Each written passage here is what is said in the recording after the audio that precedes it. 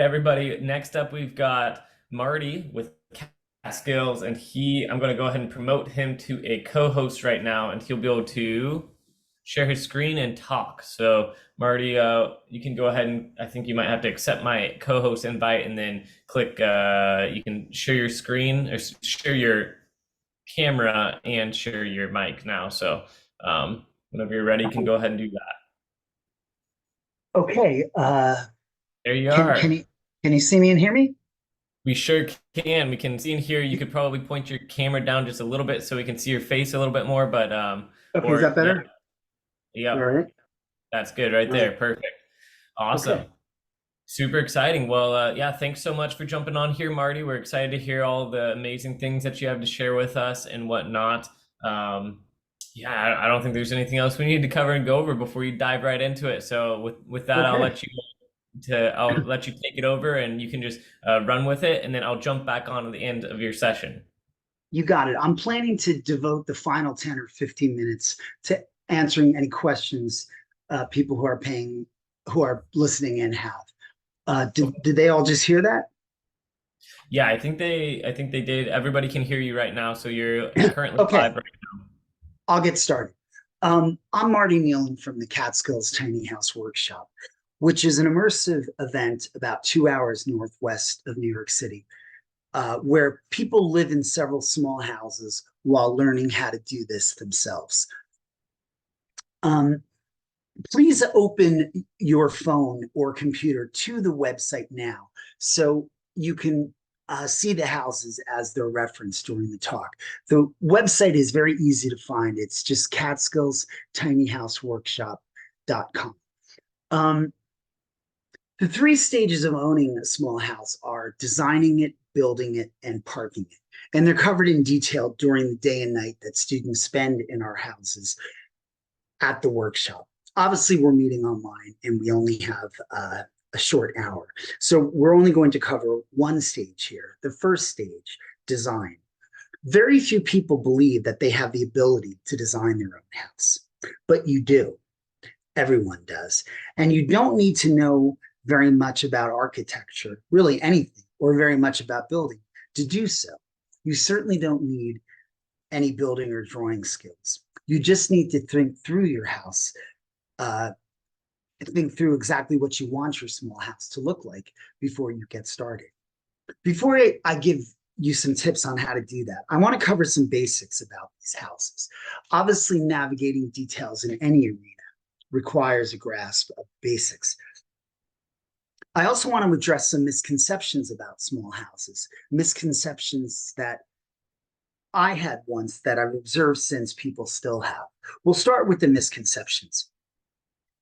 I presume all of you have seen a TV show or an online video that culminates with the contented owners of a new faux tiny house on wheels setting off on a cross country road trip.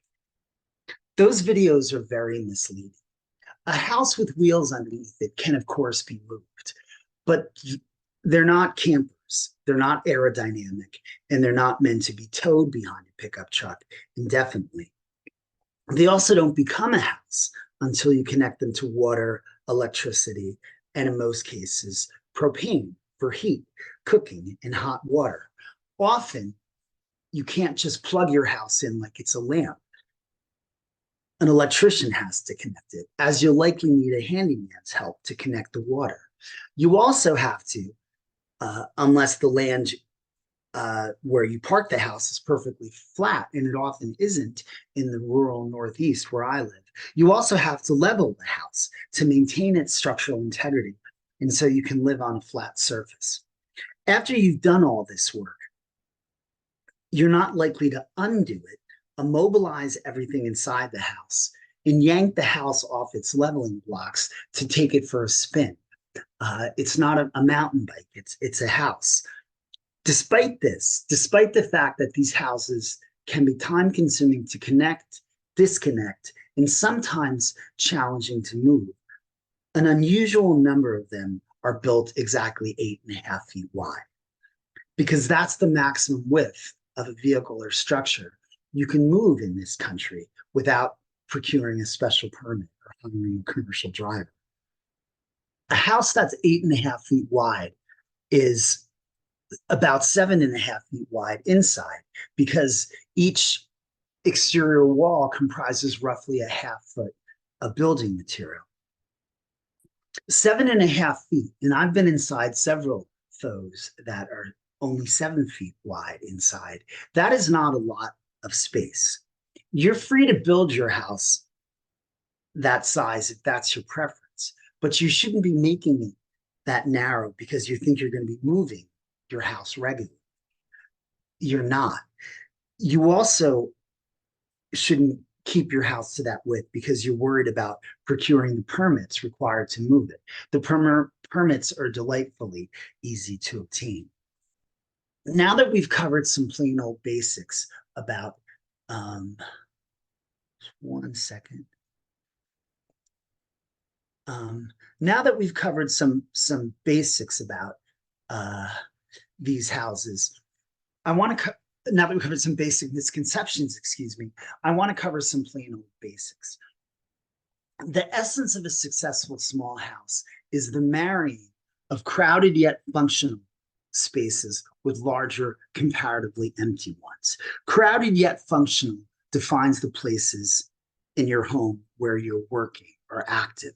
For example, the kitchen, a bathroom, an office, maybe a recording or rehearsal space, a small gym. Crowding those spaces with appliances or office equipment doesn't reduce their functionality or their attractiveness, because cooking at a stove or typing on a laptop doesn't require that much space.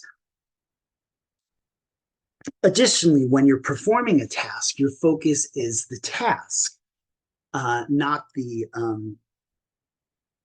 space where it's being completed. It's what I call the airplane bathroom dynamic. There's just enough space to do what you have to do comfortably. No more, no less. The larger, comparatively empty spaces in a successful small house are the less crowded or not at all crowded spaces, places where a person relaxes. For example, a TV room, a reading nook, a sleeping loft, a living room. Like the rest of you, I presume, I love well-designed small spaces. I simply think such spaces are made even more lovable when there's a bigger one around the corner. There's, of course, nothing new to this formula. Obviously, it's how many apartments work. One useful approach whenever you sit down to design your small house is to think of it as an apartment on wheels, in particular, a classic railroad flat of the kind you sometimes see in Manhattan, where the rooms are lined up like boxcars. There is an obvious nexus between a small house, between a though, and a city apartment. But there are differences too, which I'll list now because those differences should factor into your design for your small house. No matter how cramped your apartment becomes, no matter how awful your roommates are, there's a bustling city outside. Knowing those diversions are downstairs informs your time in the apartment. Realistically, there won't be a bustling city outside your small house. These homes are generally lived in rural areas. Because you spend so much time at home in rural America, a one-room apartment may not work as well here, especially in the winter. Just as everyone needs to go from their apartment to the bookstore down the street, when you're living in a small house, you're going to want the occasional change of scenery there too. You're going to want to get up from your computer and go to the kitchen to make a drink, or to the living room to take a quick nap. You can't get that needed change of scenery without going into a different room, certainly a different zone. The only reason I ended up designing the house that I live in, and I've gone on to design and oversee the building of several more, is because when I was looking for a tiny house, the ones on the market, none of them required the offered change of scenery that a house should. They were all basically one room, which can work, but it can also be too confining. Additionally, no one can make the apartment they're renting bigger. You can increase the size of your house while you're planning. As stated, the 3 stages to owning a small house are designing it, building it, and parking it. Designing a house, correctly determining every room and every corner of a home before it's built. In my experience, this is the most challenging stage. It's also the most important, a term I use guardedly. I'll explain. There's a nearly infinite number of builders you can hire to put together your small house, as there's a nearly infinite number of places where you can park the house and live in it when you're finished. However, whatever builder you hire can only work from one set of plans. And once the builder frames the house, which they're going to do as soon as you make the first payment, the plans you provided become largely immutable. You can amend the interior of the house as you're going. That's not written in stone. But the exterior of the house and the fundamentals become permanent immediately. You really cannot make a house wider or longer or taller after it's been framed. Hypothetically, yes, you can tear down a wall or pull off the roof. You can always just start over and eat the losses incurred by flawed building plans. But you don't want to have to do that, do you? You want to get this right the first time. If you're putting all your savings into your house, which happened in my experience several years ago, or you're getting a mortgage because the house is going to be your primary residence, you kind of have to get you have to get it right the first time. That's the only at bat you're going to have. If your interest in small houses is as a second home, as an investment, you're planning to Airbnb the house and make some money. Presumably, you're not betting the farm, but you're still spending a sizable amount. Why throw away tens of thousands of dollars working from a blueprint that you discovered too late wasn't correct? Why not figure out the correct layout first? This is one of the several reasons why I characterize the design stage as the most important. At a certain point, there's no going back. Adding to your difficulties, this is the one stage where you are entirely on your own. Would you like to know why you're so helplessly alone during this most challenging stage?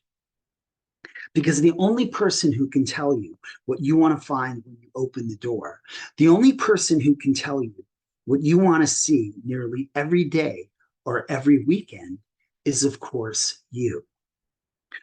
One of my first mistakes was squandering time and money on an architect, something I did on 3 separate occasions. So it was really 3 mistakes, or really 6, because I also disregarded the advice of a more informed friend who told me pretty forcefully that you don't need an architect. And she had just bought and remodeled a brownstone in Brooklyn. She knew what she was talking about. The reason hiring an architect is an error is because, as stated, an architect can't tell you what you want your home to look like any more than a builder can. Only you can make that determination. Consequently, any time spent waiting for someone or paying someone to make up your mind for you is time squandered. That time would be far better spent thinking through your design, thinking through what your house should look like. So how exactly do you get this critical, most important stage right? How does a person with no experience in building not only design a house, but do so correctly? You begin by asking, what do I want the inside of my house to look like? Forget about the outside for now. This is something you take one stage at a time. More specifically, ask yourself, where do I see myself sitting in front of my computer? Because so many of us spend hours at our laptops, knowing where in your house you'll be using yours can tell you quite a bit about the rest of the house. Ask yourself next, where should the bathroom go? To maximize privacy in an inherently small dwelling, you probably want to put the bathroom as far from the front door as possible. Where would the kitchen go? By definition, a house has to have a kitchen. Presumably, you want a kitchen as well. Well, invariably, in the interest of keeping the water and propane pipes in one spot for easy accessibility, the kitchen goes adjacent the bathroom. Where is the best place to put a TV? If you're a parent or plan to be, where should my child's bedroom or sleeping loft go relative to mine? If you're planning to have friends over on weekends for occasion, and who doesn't want that? Where is the guest sleeping going to go relative to mine or relative to ours? You're not going to answer these questions in one sitting. You'll return to them repeatedly as you and whoever you're planning to share your house with think it through. This is an exercise to be tackled in stages that is going to take some time, a month at least, to complete. That said, this exercise is very doable. Everyone in the world, everyone has seen an apartment or a house that you liked, that spoke to you, that you wanted to revisit. Most, we'll get to the remainder in a bit, most of what you're doing when you design the inside of your small house is importing what you already like.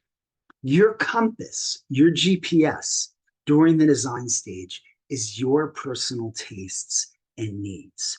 Of course, what you want to see regularly and what you require at home is the compass guiding you. Whether you're living in it full time or part time, or you're renting it and you hardly see it at all, the house you're planning is going to belong to you.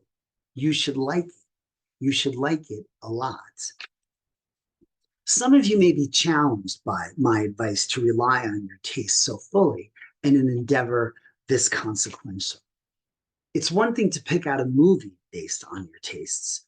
It's quite another to pick out every single fixture and parameter of a house. What if my tastes mislead me here? You may be thinking. There's a lot of money at stake. Perhaps you're thinking, and this is a common concern I've encountered with students at the workshop, you may be thinking, yes, I do know what I like. When it's right in front of me, that doesn't mean that I can create something I like. I'm not creative. These are obviously very legitimate concerns. Let's address them and put them in the correct context. As discussed, design is the most important stage. It's important that you proceed through it confidently. This is a consequential endeavor that's going to take some time to get right. You're not taking a weekend trip. You are, pardon the phone, you are designing and funding a house, recognizing that this is not that big a deal. There are tens of millions of stick frame homes in this country. Stick frame is the technical term for a structure, whether it's a house or an apartment complex, that's built with wood. 99.9% of these houses and apartment complexes came together correctly. Yours will too. The required blueprints are literally grammar school geometry. Let's demystify blueprints right now. I don't know if you folks can, how well you can see this. And I don't hear anyone speaking, so I don't know if I'll get a response. But if you can see this, you can see that this blueprint, which became the kitchen, became the one half of my house and is attached to, goes part and parcel with the second blueprint that became the rest of the house. This blueprint is entirely straight lines and right angles with a few different colors to delineate doors and timber posts. This house is, of course, photographed repeatedly on the website. Students that come to the workshop leave with these blueprints, and they see, as you were hopefully able to see in that brief 5-second viewing there, how These blueprints are far more reliant on common sense than creativity. Um, every person in the world can draw a straight line with a ruler, imagining each inch of the resulting line to be a foot in your planned house. That's called inch to scale. It's literally architecture 101. The blueprints, as you saw, aren't going to be terribly big because your house isn't going to be terribly big. And by the way, my tiny house is significantly bigger than most conventional tiny homes. Despite that, the blueprints are not remotely intimidating and don't have to be all that detailed for a skilled contractor to realize a completed house from them. I asserted earlier that it's simple sketching relying more on common sense than creativity. And what I meant by that was much of the design process is making sure that there's enough room to open the refrigerator and still stand and cook at the stovetop, enough room to open the sleeper sofa if you have a futon and it's in a living room, enough room to exit the shower, enough room to dry yourself once you're outside of it. You also have to buttress your blueprint with written plans. I'll show you the written plans here. You're not going to be able to read them, but you'll see very clearly, hopefully you will, that all the written plans are is written text on a page. There were 10 or 11 pages of detailed written plans that buttressed the two blueprints that became this house. All of you, I presume, can write and read English or whatever language your builder speaks. It isn't difficult, and it is required that you make the blueprint as followable as possible for whatever builder you hire by adding detailed written plans, as detailed as possible, so that your vision is as clear as possible to the builder. You want to do as much of the work, all of the work that you can before you hand it over and they turn your idea into something tangible. You will have to make dozens of what you might call creative decisions. For example, what type of roof to go with. You don't have to make all these decisions at once. Take it one step, one decision at a time, and take all of the time you need. Very relevant, something you may not know yet, but we'll see very clearly once you set off down this path, is quite a few of the creative decisions that you have to make, including some of the really important ones, like what color the inside or the outside of the house is going to be. You don't have to make them. They're made, excuse me, during the build, which makes those decisions easier because the house you were previously seeing in your mind is now in front of you. Finally, like everything else, creative decisions get easier with practice. As the house is being built, such decisions often make themselves. Before I share an example of that, I want to address a key intangible in the design process: attitude.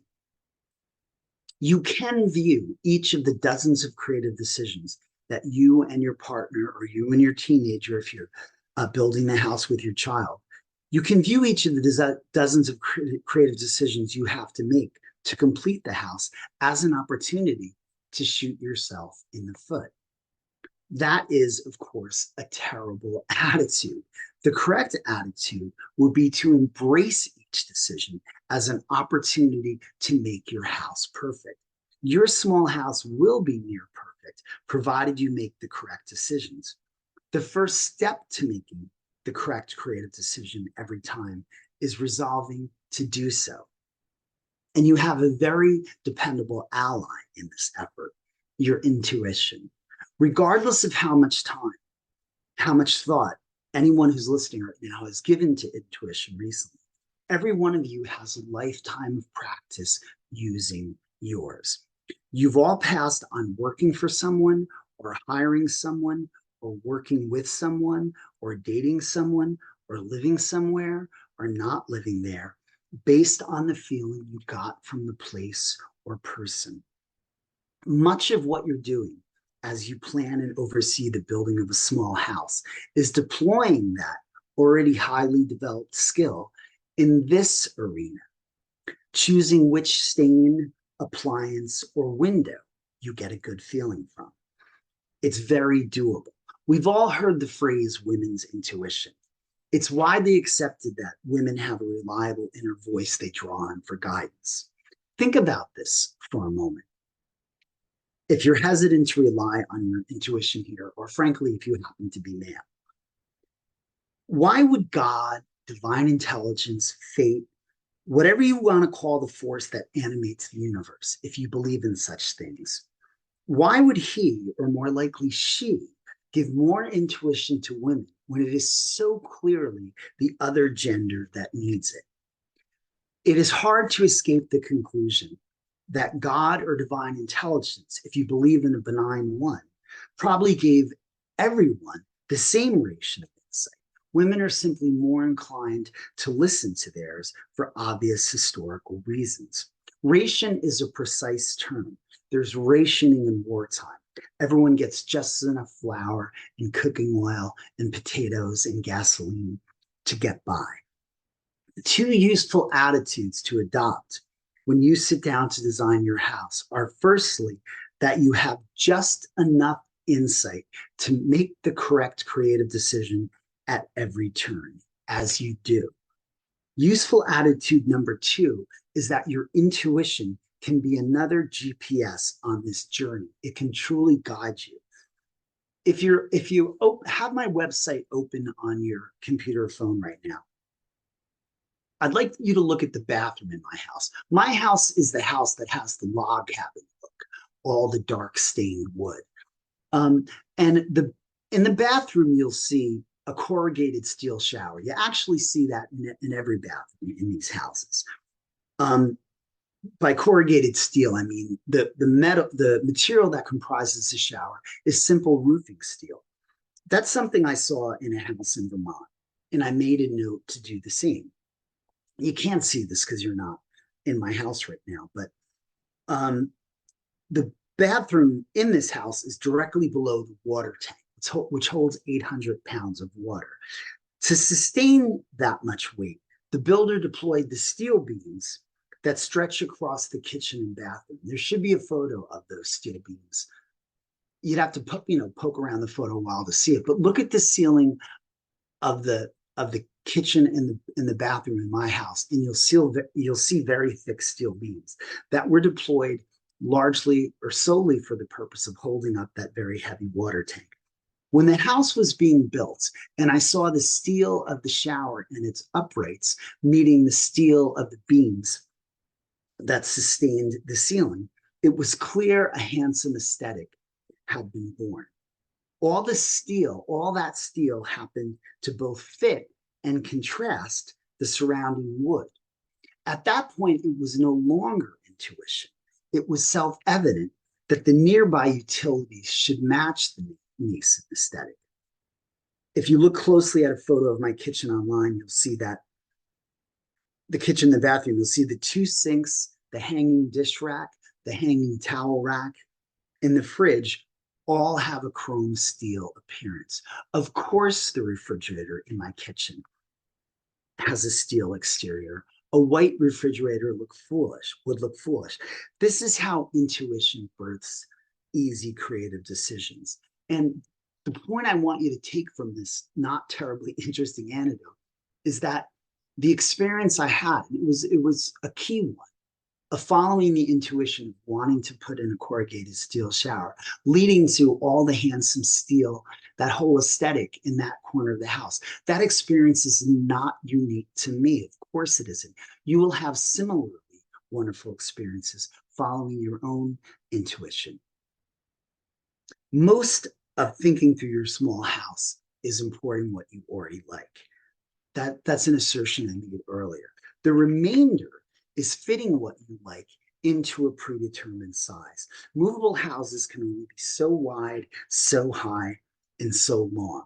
Before you start drawing, I would encourage you, and whoever you're designing your house with, to pick a fixed width for the house and disregard for the time being height and length. We'll revisit this during the Q&A, but for now, there's really only two heights to choose from, and length is by far the least restrictive dimension. I also recommend that when you begin drawing your small house, this is just a recommendation, you begin with the kitchen. The kitchen is a key, crowded yet functional space in every small house. It's also a nerve center for utilities. Because there are established sizes for sinks and stovetops and fridges that you can duplicate, drawing a kitchen accurately is little more than including the utilities and making sure there's room to use them. Drawing a bathroom is very much the same. Two more observations about kitchens. The kitchen needn't be any longer than your personal wingspan. You can fit, if you think about this, if you brainstorm it for a moment, I don't know if you'll get me in here. Your kitchen, you can fit everything you needed in a kitchen into your personal wingspan. Don't credit me for that wonderful insight. I read it in a book, but it is true, and it should prove a helpful tip when you sit down to think through the kitchen of your small house. The reason you place the kitchen next to the bathroom is because freezing pipes are a concern when a house is off the ground. And a house with wheels underneath it is always off the ground. This way, you only have to open the walls in the subfloor, something you don't want to have to do too often in one corner of the house. The propane utilities and pipes are near each other for the same reason. Before you hire a builder, I recommend testing your design by sharing it with a friend, a discerning friend, not a family member or associate who's already revealed that they are wrong about everything. Ideally, your friend would know something about building, but that is not at all required. Here's an example that hopefully you can put to use for yourselves. Of the three houses you see on the website for our workshop, there's the log cabin-esque most sizable house that I live in. There's the yurt, the round house with polyester walls. And finally, there's what we call the cabin. That was a glorified storage shed that came with the land I bought here. And I had been living next to that shed for a while before I realized there was just enough room inside it to put in a small rental house. I spent several weeks, 15 to 20-hour work weeks, not 40, drawing up a design for the cabin. The inchoate plan was to, as stated, turn it into a rental house. When I finished the design, I shared it with a friend who's knowledgeable about tourism. Much of her income comes from travel writing. She's quite informed on the topic of people spending money for brief vacations. She gave my plans a categorical thumbs down. Her review was, this is way too busy. People who come to the Catskills for a weekend don't need a full kitchen and an office and a closet. They just want a place to relax. Your design also doesn't accentuate the cabin's one asset, which is a beautiful view from its sizable porch. Did it sting a bit to hear that and to discard drawings and plans I'd spent a month feeling? Of course it did. You shouldn't be ashamed when you're in those shoes, but I'd already designed a house and I thought I was good at this stuff. Marion's critique did not hurt for long. I knew she was right, and I came up with a simpler design per her critique. That simple design is the finished house, photos of which you see on the website. And for what it's worth, the cabin is quite popular with both guests and students, and that's important. An Airbnb rental is very much a popularity contest. If the guests don't like it, you're not going to be seeing many of them. Once you've forged your plans, what I'm saying here is a little self-evident, but it is very much in your interest to listen to associates who are knowledgeable about construction or tourism, as Marion was, or composting toilets or propane heaters. Once you've forged your blueprints and your detailed written plans, share them with friends and family members who are rooting for you. Like listening to your intuition, listening to others can prove invaluable.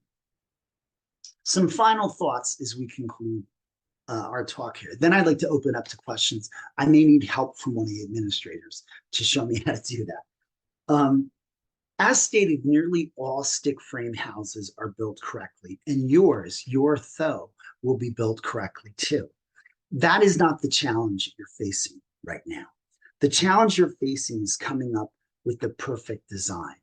The reason I've gone into such detail on this is to make that clear. Don't try to do everything at once. Think through your house one room at a time, and then draw the rooms and zones you're seeing. An inch to scale. It must all be an inch to scale, beginning, if you like, with the kitchen. Clarify those drawings with written plans. Do as much drawing and writing as you like. You're under no time constraints, and you can keep at the design until you get it right. Unlike a builder, you are not contractually obligated to finish your design by a certain date, as they're obligated to finish the house by a certain date. And just as you've been following your intuition for much of your life, you also have a lifetime of practice at this, getting something right the first time. Everyone listening right now has had a job interview, a court date, an exam, a wedding where you had to give a toast, maybe another wedding where you were the one getting married. Maybe you were pulled over by a cop after you had a few drinks. Everyone has been in this tough situation that they had to get right then. Often that's when a person's talents and strengths reveal themselves. Arguably, it's an exciting novelty. And this is a very long first time. I'd like to conclude our conversation with the topic I haven't addressed yet: creativity. You've all heard the phrase, necessity is the mother of invention. Notice that that phrase doesn't go, necessity is the mother of invention, but only for the beautiful people, the gifted, the creative, not for anyone else. The phrase is inclusive deliberately. Necessity births resourcefulness in all of us. It's a universal experience. Creating a house from scratch is not a universal experience, but if you think you have to be creative to do this, you are mistaken. I can't prove this final point without getting a little self-referential. I hope you won't construe my doing so as a dearth of professionalism. I'm doing so because I want you to put this information to use for yourselves. I hope you do harness this advice. It should prove empowering. I'm a professional writer, barely. I'm a published songwriter. A handful of signed artists have recorded my songs. I have 5 CDs of original songs and at least another 5 collections that were not recorded in a studio. I've also authored 20 movie screenplays, 8 of which have had offers, several multiple offers. 2 have been optioned, 1 for a movie star that all of you know. By any yardstick, I would be considered a creative person.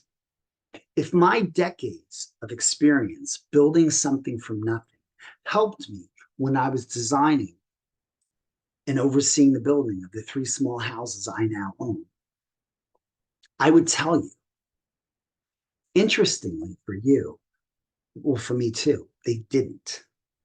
Not once, and I've done this several times now, I'm moving on to my 4th house as we speak. Not once have I ever hit some sweet spot where everything flows and comes together, as occasionally often happens when I'm working on a script or when I was writing songs.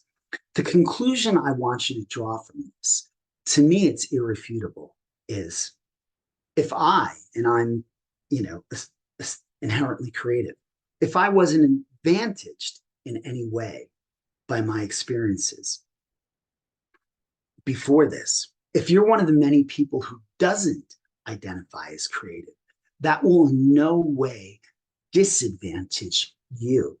We are all starting, you are all truly starting from the same baseline. You've all seen a kitchen or a living room that you wanted to see again, that you can duplicate. You can all, with the aid of a ruler, draw a straight, duplicating that kitchen or bathroom or living room. imagining each inch of that line to be a foot in your planned house. And you can all clarify your primitive blueprints with detailed written plans. This is truly very doable. Thank you, and I'd like to open up the floor to questions. As stated, I'll need a help from an administrator. Hey there. How's it going, Marty? I'm back. All Going well. right. Well, thanks for your presentation there. It was awesome. Cool to You're hear. welcome. Yeah, yeah. I'd love to hear more kind of about your classes that you guys host in person and whatnot. What should people kind of expect when they come and stay at your place and go through the whole everything that you guys do, the whole class there? Okay, well, the class, as stated on the website, it's a 1 day and a 1 night event. People are welcome to stick around Saturday night if they like to break up their drive home or just to enjoy the houses and explore them for another night. Another thing, I don't tell this to the students until they arrive, but this is a courtesy I'm happy to extend to all of them. If they want to come back at a later date with their girlfriend or with their teenager to show them what they're thinking, they're always welcome back unless the houses are already rented, and they're often open, and there's of course no charge. I'm no Samaritan, but I do, like you. I mean, I want to educate my fellow countrymen and women on how to do this and how enjoyable it can be. The workshop begins Friday evening about 8 o'clock. I mean, it's not the military. We don't have any hard rules. If somebody shows up late, you don't get punished or anything. We have our first class Friday evening after everyone's had a chance to read through. As soon as they get here, I give them a little, not exactly homework, but they get a 10-page printout of utilities and features that are commonplace in tiny houses in just some basic building terms. As stated during my little talk just then, you don't have to know that much about building to do this. And you know this yourself, but it took me a long time to figure it out. That's a very big, very fundamental mistake people make. They think they have to know how the roof eaves attach to the vertical exterior walls, and they simply don't. Your focus should be on, again, pardon me for being a bit redundant, a person's focus when they sit down to do this should be 99% on what they want their house to look like. And that's one of the first things I bring up during the workshop's first talk, which is design, Friday evening. We all meet in the yurt. The classes are held in all the different houses so people can soak them up together. And people stay in the houses while they're here. And one thing I'd like to say is probably like everyone else in the world, I had some really bad roommate experiences in college. And the thought of sharing your house with a stranger might, if your roommate experiences were as bad as mine back then, and I'm finding out that I'm definitely not the only one who had them.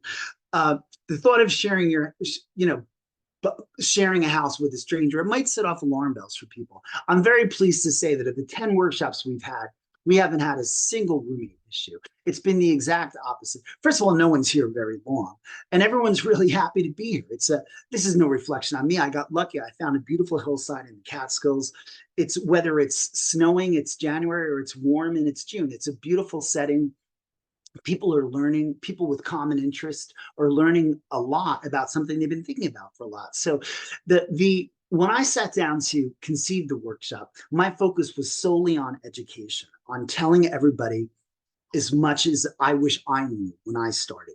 I let this out of my talk right now because I didn't think it was terribly relevant. It won't be left out of my talk it's not left out of the talks where people are on the site here, is I talk briefly about a tiny house workshop I attended before I dove into designing this. And I'm not a querulous person. I don't like unfair criticism of other people. And I'm not going to give the name of the gentleman who ran the workshop, but it was not worth, very clinically, it was not worth the time or money that was required to attend it. And I have no problem with somebody making $20,000 in a day like this guy did. Far from resenting him, I admire him. If you're going to take that kind of money off people, give them the service they have paid for. And this workshop was inspired as much by learning so little at that one years ago as it was by all that I've learned since. Because even before I was living in a small house, when I was figuring out how to put this one together, and it was a needlessly uphill battle. There's no reason it should be such a chore for people. You just need someone who's already gone down this path to demystify it for you. And that's my job, and I take it seriously. I want everyone to avoid my mistakes and to get this right the first time. To not, you could, even with a small house, you can lose a lot of money very quickly. There is no need for that. There's no need to reinvent the wheel. And the first night we talk about design, and there's always a Q&A after every talk. People have lots of questions, and usually we have coffee and cookies, and everybody goes to bed with their creative juices flowing. And Saturday morning, I depending on whether or not someone has to leave at a certain point on Saturday, I like to get started a little late on Saturday, only because I want the people to enjoy the houses that morning. There's no need to let them have breakfast with their girlfriend and their friends in the cabin or your. But the first, and there's a wonderful bakery in town, which may not seem like anything to brag about, but there's a wonderful Italian or French bakery on every block in New York City. Having a world-class bakery in a small upstate town is a real delight. I pick up baguettes for everybody. People make themselves something to eat.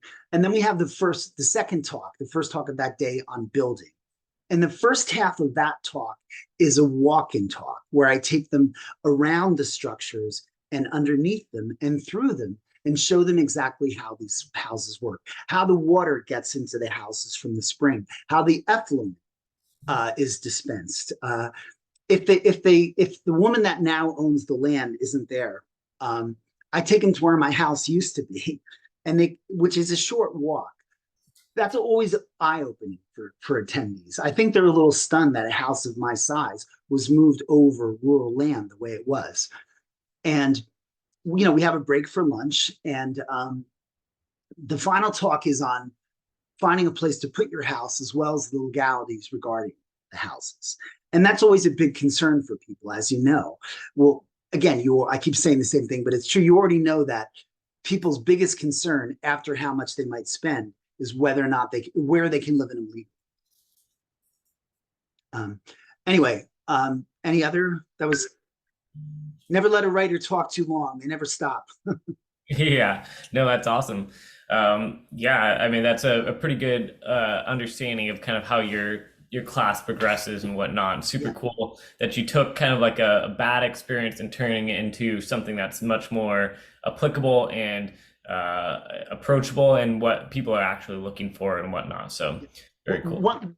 One thing I left out was one thing everybody leaves, and they get this in the first class design. They all leave with the blueprints that became my house, that became the cabin, individual mini blueprints. This is of the bathroom hamper shelf, the kitchen, and they get what's arguably, it's not cool to brag, but it ain't bragging if it's true, some of the most annoying nonfiction ever written. The detailed written plans that buttress the blueprint for my house. And one of the nice moments of the workshop is always, and you can see photos online of people staring transfixed at these blueprints, because I think, I'm not sure what's going on in their mind, but the vibe I get is they immediately think, I can do this. I can, and they can do it. It's not a platitude. It's not self-help. I'm a big fan of having an empowered attitude when you tackle something challenging. But this is, and I like a good pep talk. This workshop is an incessant waterfall of facts about exactly how you do this, they leave with sample building contracts, the legal, enforceably legal documents that bind that builder to finish the job, sample land rental agreements. I even give them a sample flyer for finding a place to put your land. I will say, and I'm not trying to be cute here, but sometimes, at 4 or 5 on a Saturday when it wraps up and people are walking down to their cars, they look a little beat up because they've just gotten so much information, but beat up in a good way. That's awesome. Yeah. What were you gonna say? Oh, I was gonna say, well, unfortunately, it's been a very mild winter. We have a workshop next weekend, and the winter workshops, I can't guarantee this, but they almost always include a glorious drunken snowball fight. So, That sounds awesome. Yeah. It's yeah. that's one of those memories you never forget. So Um, good, good. yeah, if anyone is listening, if they're interested in coming, please reach out to me via the website. My phone number and emails there. Not to be pedantic, please do read the website first. It's a little verbose, but most questions are answered there. And please don't. This isn't very good business on my part, but don't pay too much attention to the fee for the workshop. I never made any money off my writing. I haven't made money off I hadn't made much money off this. I'm not motivated by money. If I was, I'd be working in insurance or I would have gone to law school like my parents told me to. I do want you people to learn. I want you to own your own small house. I don't want you to rent forever. It is a wonderful feeling, even when you only have a tiny amount of equity like I do, to not have to give 1,000 or 1,500 bucks a month away to someone else. It improves the caliber and quality of your life in every conceivable way. This is a very doable goal. You just need, as stated, pardon me for repeating myself, you need someone who's done it before to demystify the process, and you need to see a small house not on TV for real. And the houses here are quite different. I like to think that the students are learning when I'm talking. It's humbling, but I know very well they're learning a lot more when they're just in the houses using them, scrambling eggs in the morning, taking a shower, starting a fire, trying out the composting toilet. You can't help but not learn. And if you don't like what you see here, and the housing popper so far, that's one of the best things that can happen. Now you know exactly what you don't want to do. But you do have to. You got to start, and this is coming to this workshop is not in any way a gamble. One thing that comes up with people who call me is, I've thought about doing this, but there's all these things going on in my life now. And I know, and I don't like saying this, and I'm not criticizing these people. If they don't seize the moment and show up, the next time I'm going to hear from them is 6 months later, I'm going to get an email saying, please remove me from your mailing list, which is fine. If they don't want to be on it, they don't have to be. But the notion that you have to do it right now, or that this information will lose its value in a couple of years, it won't. It will only get more value. The laws are changing. They're changing slowly. But the code enforcement across the country is slowly changing to accommodate these houses. Law is not an abstraction. It is meant to reflect our values. Increasingly, our society values people living in smaller spaces so they can have the equanimity and the financial uh, uh, base, the financial good of owning their own property. Yeah, absolutely, absolutely. I know that makes a lot of sense, and I like that. Yeah, that the laws can reflect the values that we're wanting to push forward as a country. And I think that living in small places, small homes, however that may look, is obviously pretty important for so many people, and it'll help a lot of people be financially free, and it also help a lot of people to be financially stable too, which is really important, especially for our entire country's economy. So. Yeah. Yeah. I mean, I'm not Noam Chomsky, but you don't have to be to see the economic stratification that's happened throughout our adult lives. And it does not seem to be improving. And there are not many shortcuts in life. We're all grown men and women. Almost everything requires a struggle.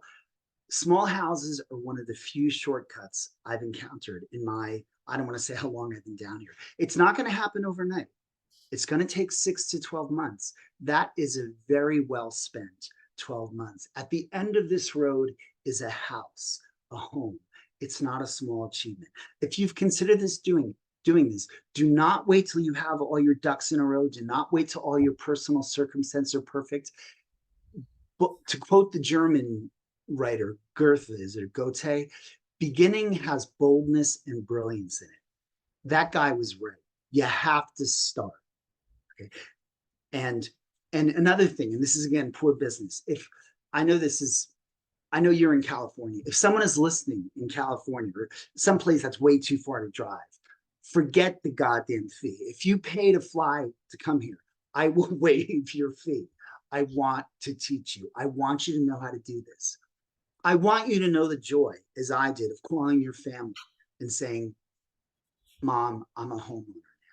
They'll it'll be one of your, it'll be a great proud moment for all of you. and you can do this. Yep, that's awesome. Yeah, I like that. I think I mean, that's literally the entire reason why we're throwing this online event like this, doing the DIY Fest, is to help people see that they actually can make it happen. They can DIY their house, that it's not out of reach. And I loved what you said. Like when people take a look at your plans, they're like, wow, I think I can do this. And that's what we love, like kind of that, like that light bulb moment when it switches Yeah. on and they're like, yeah, that's not unattainable. Like I can actually make that happen. So yeah, super cool. I appreciate someone of your intellect and experience with tiny houses echoing that, and it can't be overstated. I ended my little talk with how I'm a professional writer, barely, and it's true. My songs have been recorded by signed artists. My scripts have been optioned. I haven't had a workshop on how to crack Hollywood or how to crack Nashville. I don't like saying this. I don't think it's that. There ain't no formula for figuring it out. I mean, it's not. I encourage anyone with those goals to go for it. I did. I'm still doing it, but there's no predetermined formula. There is very much predetermined formula to owning your own perfectly handsome and perfectly accommodating small house, one that suits you and your spouse or your teenager or you and your sibling needs perfectly, and one that also suits your professional needs. Many of us are working remotely. The term working remotely wasn't part of the American vernacular 10 or 15 years ago. Now it's on everyone's lips and a large part of everyone's schedule. You can have a house that isn't just perfect for you and your girlfriend or your boyfriend to live in, but for both of you to work in too, and work in peaceably, with your separate offices and separate rooms. The old Robert Frost poem, "Good fences make good neighbors." That's true even when you're living with someone that you obviously love. You're sharing your home with them. People need their space, and the tiny some of the houses you see on TV are just a little.